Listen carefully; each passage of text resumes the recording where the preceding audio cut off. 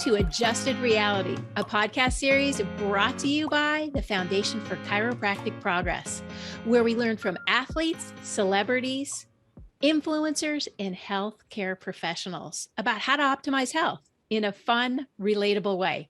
Join me, Dr. Sherry McAllister, as I speak to Dr. Fabrizio Mancini about emotions that heal. Dr. Fab Mancini is America's #1 healthy living media expert, mentor to millionaires, international best-selling author of The Power of Self-Healing, and host of his TV series, Thriving in the New Normal, as well as a popular radio show, Self-Healing with Dr. Fab, and if that's not enough, a podcast, The Fab Life. Dr. Fab is also the best-selling author of Chicken Soup for the Chiropractic Soul. And he is an educator, consultant, business leader, and speaker. He's been featured on a number of broadcasts and shows, including Dr. Phil, The Doctors, Fox News, CBS, ABC, NBC, and Telemundo. He's been interviewed in various documentaries, received honors including Heroes for Humanity, Humanitarian of the Year, CEO of the Year, and induction into the Wellness Revolutionaries Hall of Fame. Dr. Mancini is also a graduate of the prestigious Institute for Educational Management in the Graduate School of Education at Harvard University. Most recently, the president of Mexico named the library at UNEVA, Mexico's new leading university, after him. How outstanding to have you with me, Dr. Fab. Welcome. Thank you, Dr. Sherry. And, it's so funny as you're reading all of that, all I can think is I'm just a normal person that I just always have big visions to contribute at a high level.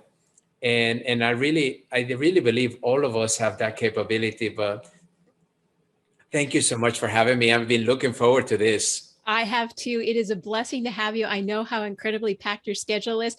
I think our listeners are going to be up for a real treat. So I want to jump in because there's a lot to cover. I know you have several books and it's always a mystery on how we're going to get everything in to this segment, but let's just jump right in.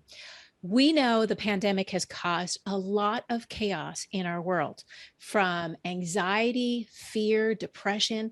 We have loss of family members and community people through grieving, and also losses of jobs. This is a tremendously difficult time.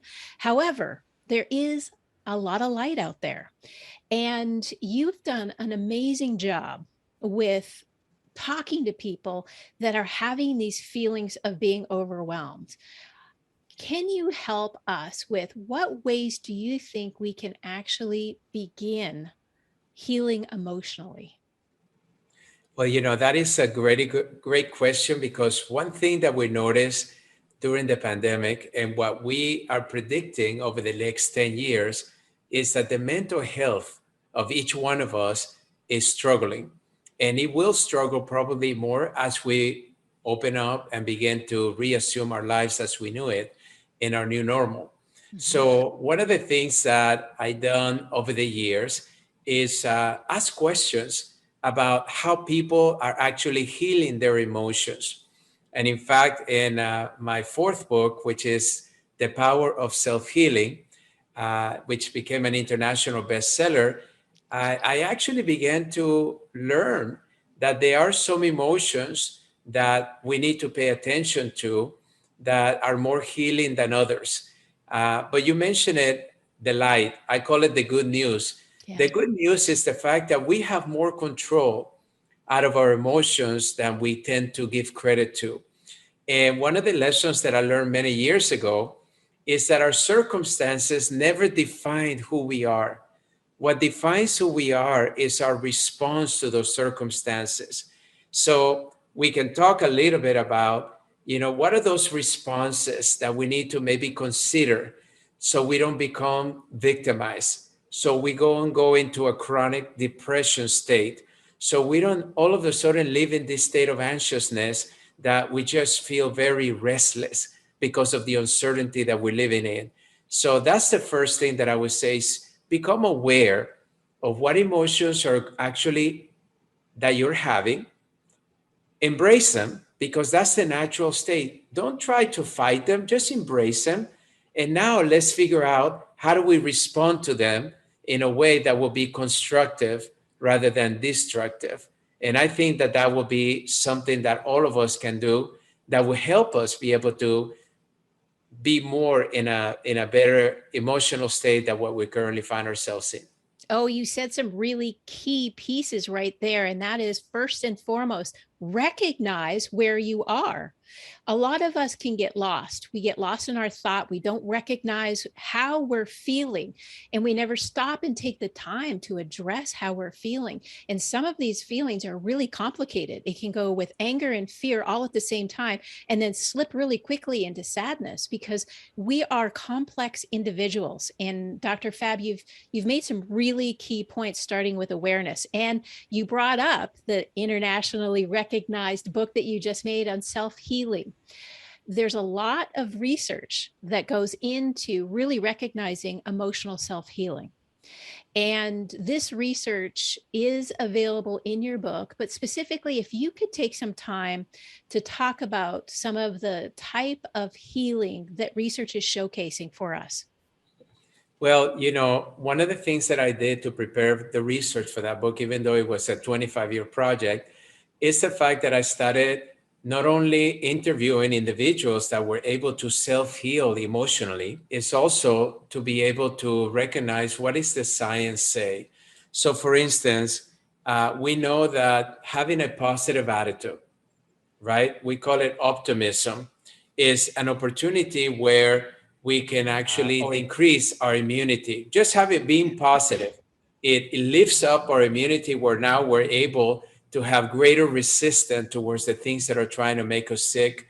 But also it creates endorphins that are very positive, like oxytocin and other endorphins like that. We call the happy hormone. Right. So just being positive in itself is going to be a great thing. So Mayo Clinic actually was one of the ones that have done a lot of research on this. And one of the things that they recommend is to take whatever you're going through right now and begin to ask yourself the question, am I looking at this from a negative way, half empty glass, or can I look at it from the positive way? Like what are the lessons that I can learn from what's happening in my life right now? Maybe you find yourself unemployed, right? That's a very typical thing that we're finding many of us in that position. So you can ask yourself a question, okay, could this be a signal or could this be a message that maybe I should be doing something different?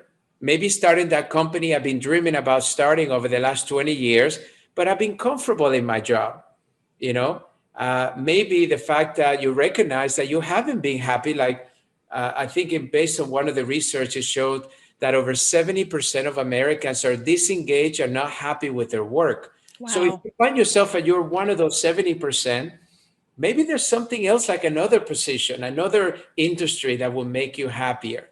So I think that that is something to consider because there is a lot to be able to do in that regard. Now, in Ohio State University, there were some other researchers that show that whenever we relieve arguments in our relationship, let's say that your husband, your partner, your wife did something that upset you and hurt you.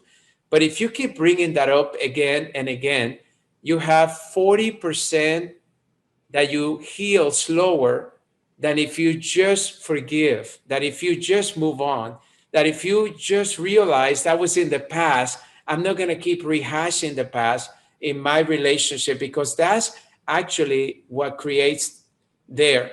And then the Journal of Psychosomatic Medicine did a real great research in women specifically that showed that women that are hostile, that they're holding their angle, that they feel anxious, they have thicker arteries. Oh, their bodies, which makes them predisposed to heart disease. So, one of the things that I learned, Dr. Sherry, is the fact that our emotions are something that we have to pay attention to because they change the chemistry of our body. They change the way that our bodies function. So a lot of times people say, well, I have a physical illness. It doesn't have anything to do with my state of mind. But what we have recognized is that your emotions, your feelings are very important in the healing process. And if you can begin to work towards maybe improving upon them, maybe shifting them from being destructive to constructive, maybe being able to let go of some of those emotions that are making you sick every day, maybe having a better attitude and maybe being more optimistic about trusting in people instead of thinking everyone out there is trying to take advantage of you. right. Those are the things that we have found in the literature that can help people truly emotionally heal. Now let's dive into this because there are so much to unpack when you talked about the research. And you said something that I think a lot of our listeners right now are going to go, really? Wow, you can change the thickness of your arteries by how you feel and how much you hold. And that really kind of startles people into reality that their emotions are impacting their health. Can you talk a little bit about more of their overall health and what these emotions do? So when I started preparing and researching for this book, and I started taking my 30 years of experience as a healthcare provider, a doctor of chiropractic, when I started recognizing what the literature and the science has said over the years, I realized that there were three dimensions to healing. The physical healing, which is the pains and symptoms that most people complain about, the emotional healing, which is our feelings and our emotions that actually directly impact the physical state of our body.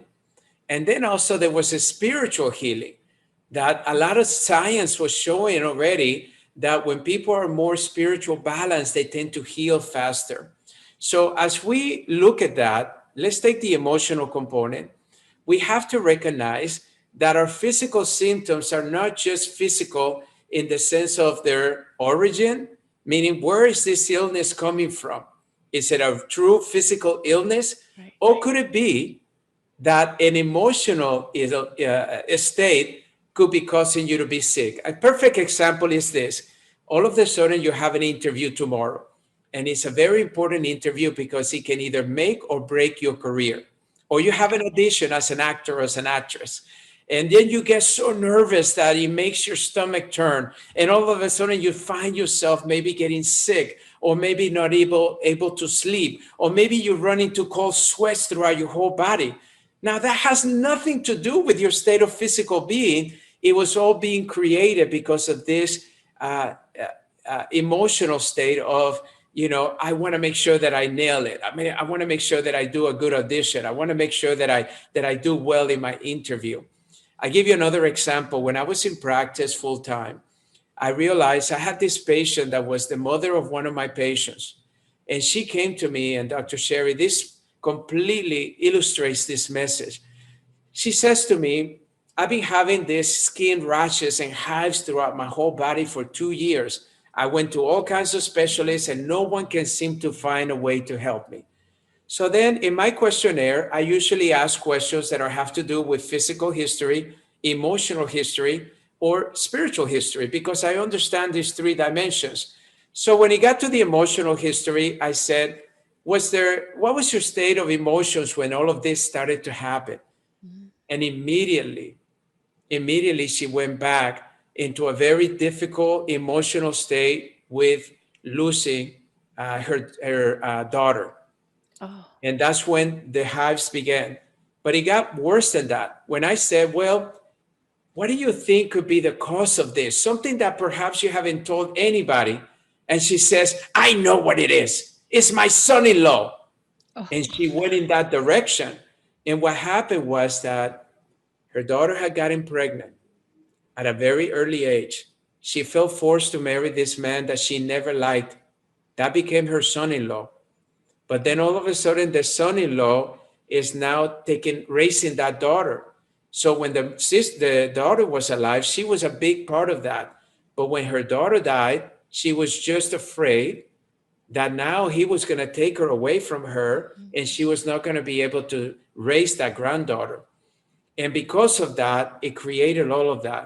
And then as we started working on that relationship and I started helping her forgive her daughter for getting pregnant, forgive the young man for maybe not taking precautions, forgive all of these things and begin to let go of those emotions, I didn't do anything else. Within 24 hours, all of her skin symptoms went away. All of them. Wow. Within 24 hours. And that was a perfect example of how resolving an emotional state of a person can actually directly heal your physical body. That really does resonate well when you think of all of the 70 percenters, 70% of those people out there that are just kind of like, I've become really despondent. Life's just, it is what it is. And I know that social media and media in general can actually add to that frustration and kind of like, I'm just blanking out in life. I'm not really tasting the spices. I'm not really invigorated. And the emotions that come with becoming invigorated, becoming passionate, that's a choice.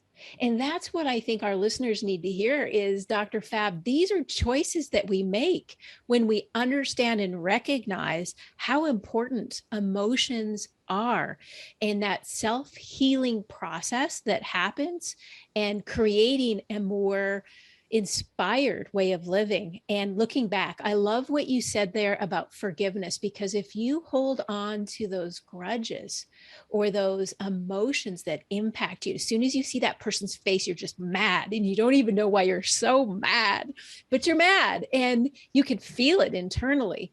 If you start to let go, it's forgiveness is about your healing. And I think, Dr. Fab, you've done an outstanding job with that. Now, listen, I get lots of email with Adjusted Reality, and our listeners are they're just really amazing listeners, and they're really tuned in. We've had a number of them reach out and say, you know what I really liked about your podcast? And we've actually crept up into the top 10% of all healthcare podcasts because our listeners are so loyal to us.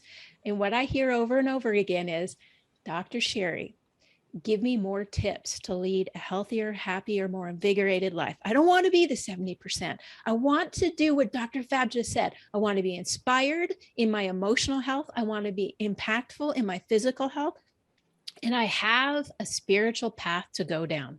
So I'm going to ask you what they ask me. Give me 3 tips that we can give our fabulous listeners, Dr. Fab, that they can use as soon as they leave this podcast and put them on that journey of emotional healing.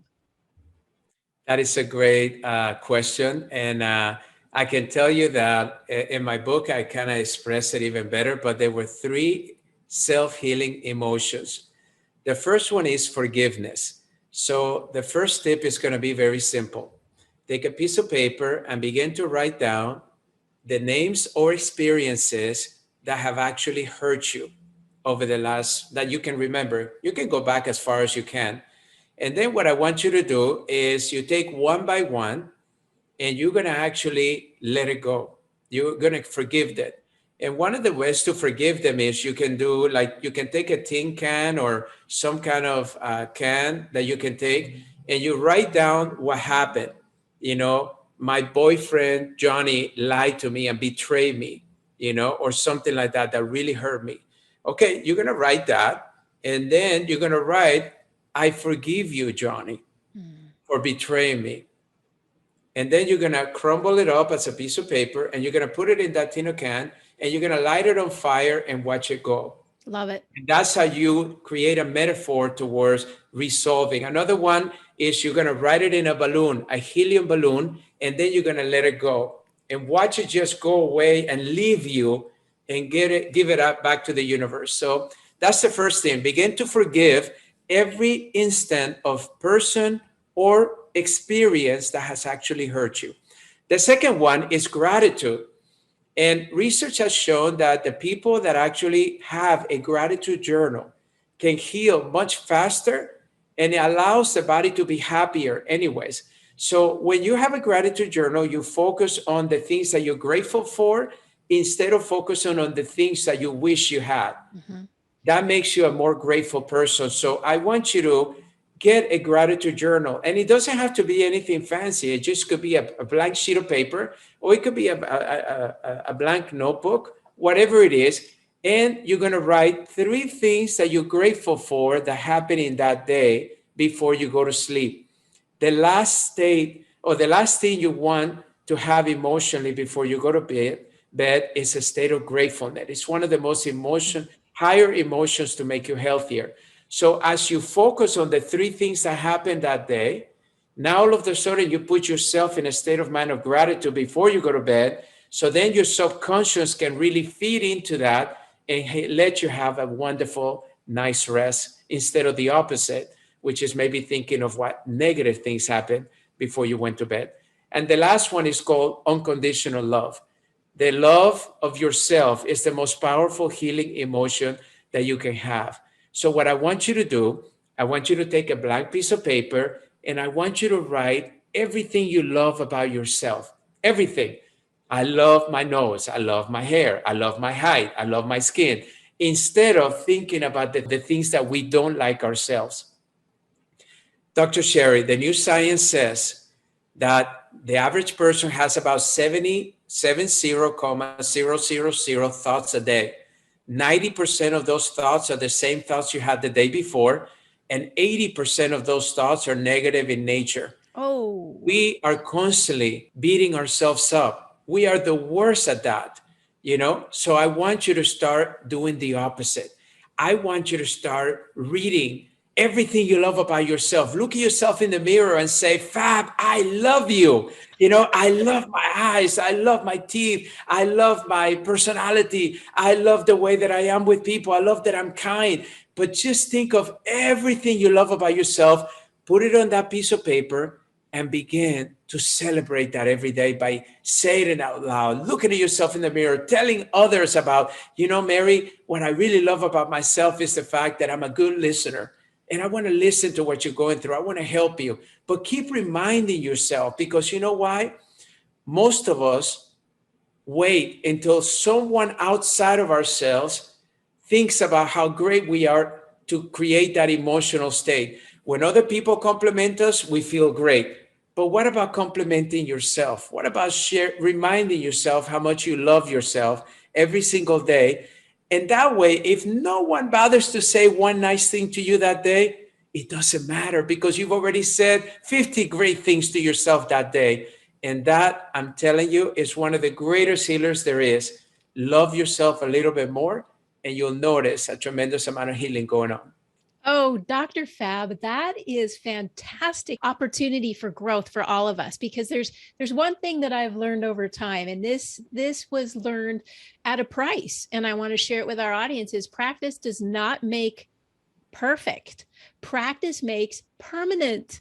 And what you just said is, if we practice every day, just complimenting ourselves instead of those negative thoughts that go through everyone's mind. Oh, I'm too fat. Oh, my hair is ugly. All of those things, you're right. And it really creates a vacuum that puts you back into negative.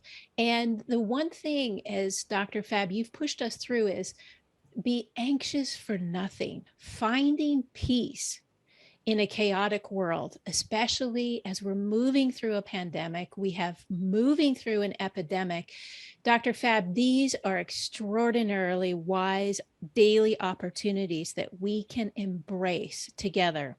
And I want to thank you so much for sharing these very, very important tips, so that when I get those emails, I can say, go back to Dr. Fab's podcast. There's 3 tips there you can use right away.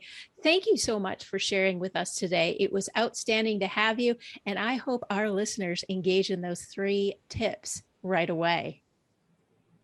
Thank you, Dr. Sherry. My pleasure. Thank you for tuning in to Adjusted Reality as we spoke to Dr. Fab Mancini about emotions that heal. He went through 3 areas to consider in your life: your physical, emotional, and spiritual areas. What emotions can heal, and what emotions can physically change your health? Now, consider implementing the 3 important tips that he gave. Remember to forgive, be grateful, and love yourself unconditionally, creating a space where you can see the best you. Now, this podcast was brought to you by the Foundation for Chiropractic Progress. Don't forget to subscribe, share the podcast with friends, rate and review. If you're feeling inspired to learn more about chiropractic or visit a doctor of chiropractic near you, you can visit f4cp.org/find-a-doctor. That's f4cp.org/find-a-doctor. We appreciate your support and look forward to checking in with you again soon.